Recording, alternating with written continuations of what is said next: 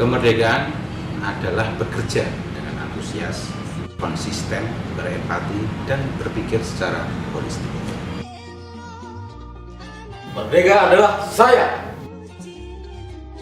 Merdeka adalah lega pikiran dan perasaan. Merdeka itu menurut saya bebas berkarya, bebas berkreasi, bebas berinovasi untuk kebaikan negeri tercinta Indonesia.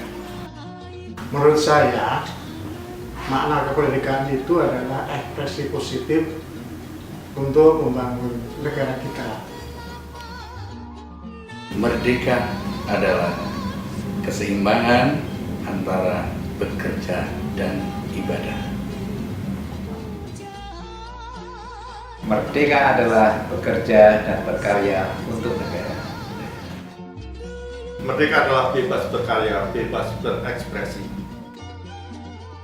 Merdeka itu menurut saya bebas berkreasi dan berinovasi. Merdeka menurut saya adalah sumbangsih terbaik kita kepada negara.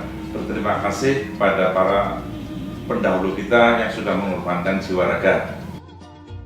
Makna kemerdekaan adalah keberanian diri untuk menunjukkan kemampuan dan karya nyata untuk negara Republik Indonesia merdeka. Merdeka adalah bagaimana mencintai negeri.